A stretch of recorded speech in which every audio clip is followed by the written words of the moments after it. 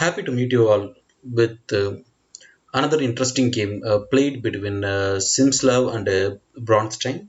Both the players doesn't require much of the introduction Russia and Soviet Union, and this game played in the year 1975.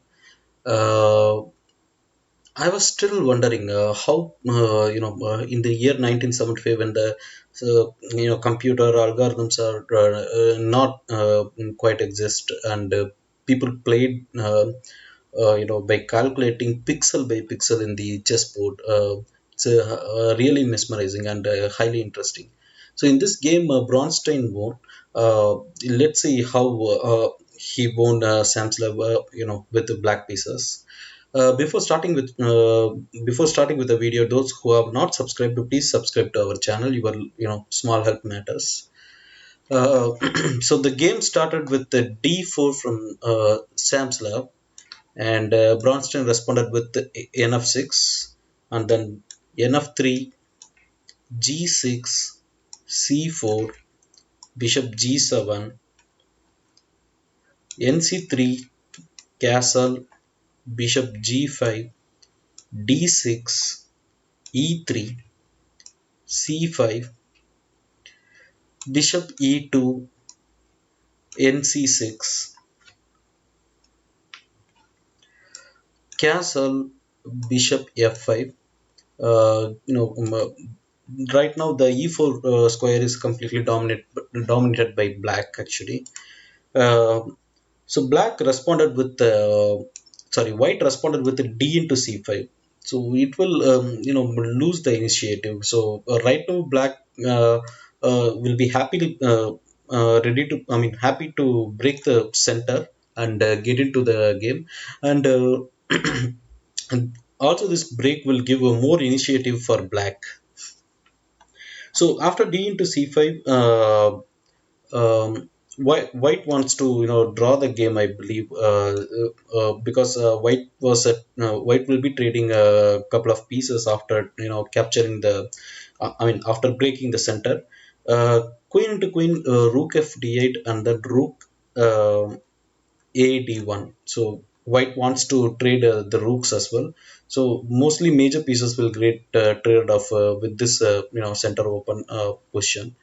Black responded with the knight e4. This e6 pawn is already protected by a knight. So without any hesitation, black played a knight e4, and attacking the white's dark square bishop, and white played a knight into knight, bishop into knight.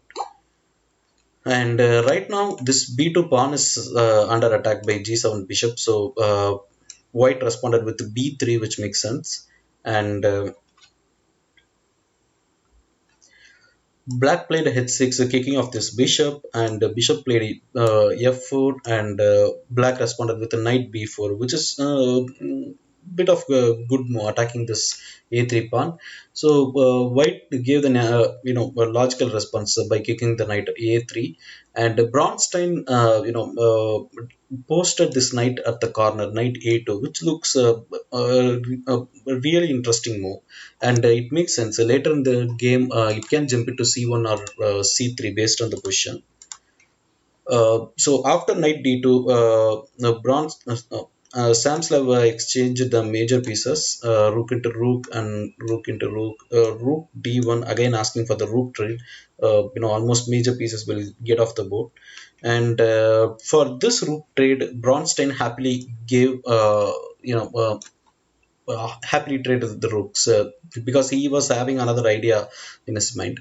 So only option is capturing with the bishop, which was happened in the game, and Bronstein responded with a knight c3, which is a highly interesting move, because right now this bishop is under attack, and only these two squares it can move, and both the squares are covered by black actually. So there's no much options left out for the Sam's love, and Bronstein calculation already started from knight c3 itself. So without any options, Samslav played knight d2, attacking this bishop. So usually there is a theory in chess. When you are under attack, you should not go for another attack. Either you have to, if there is a chance, you have to do the counter play, or you have to move the piece into safety. So right now, without any option, Samsonov went for this knight d2, knight d2 move, and Bronstein did a fantastic move right now, and Samsonov resigned. Those who want to give a try, you can pause the video and try that. Try it yourself.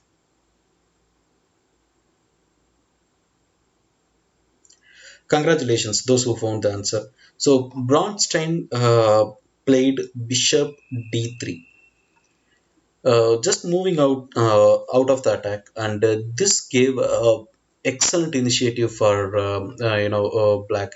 Because right now this bishop cannot go into c2 square or e2 square, because both the squares are already controlled by black, and this h5 square is also controlled by pawn. So only available square is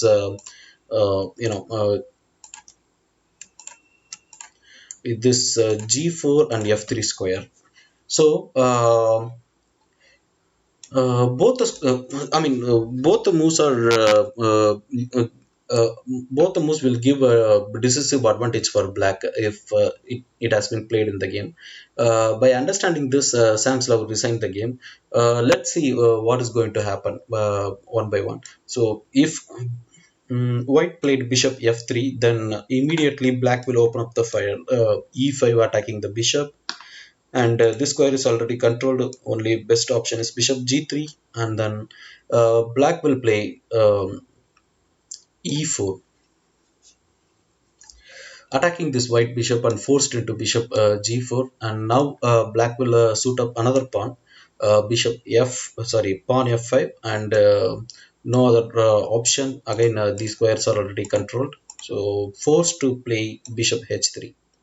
After playing bishop h3, black can play knight e2 check.